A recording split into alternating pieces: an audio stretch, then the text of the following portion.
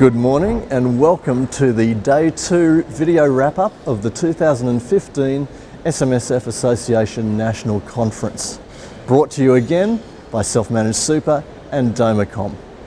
I'm Darin Tyson-Chan, editor of Self-Managed Super, and the middle day of the conference saw a greater emphasis on the breakout sessions for delegates, featuring a special stream included by popular demand.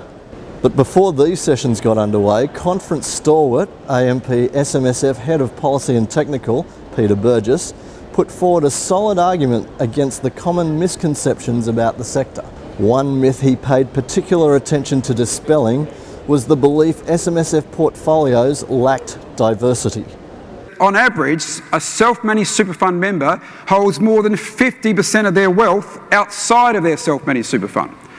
So if we're going to be making conclusions about asset allocations, well, surely we have to take into consideration their total wealth. The first session from the Drawdown Concurrent stream had Heffron SMSF Solutions Technical Services Manager, Lee Mansell, emphasising the importance of the sole purpose test and how advisors had to look at their clients' intentions and motivations when ensuring compliance in this area.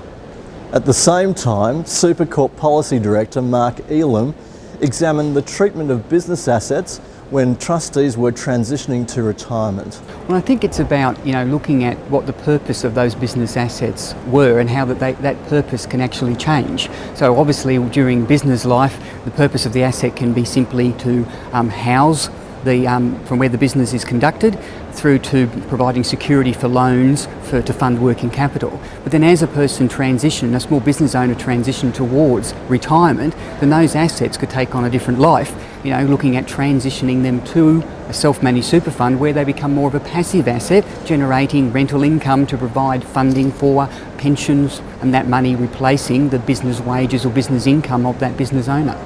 Later, the ATO and ASIC discussed the role of the SMSF auditor. ATO Director SMSF Approved Audits Howard Dickinson said consistency was a key consideration. Obviously our concern is the need to ensure that SMSF audits are done in a consistent manner and that the integrity test they apply to the SMSF sector is applied appropriately and consistently across the sector. ASIC Senior Analyst reporting an audit, Craig Angove, then expressed how impressed he was with the SMSF audit quality.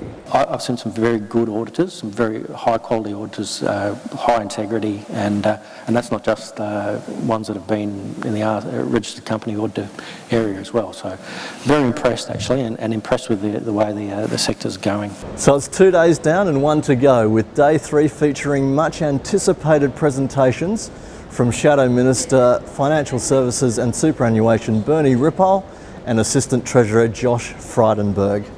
I'm Darin Tyson-Chan.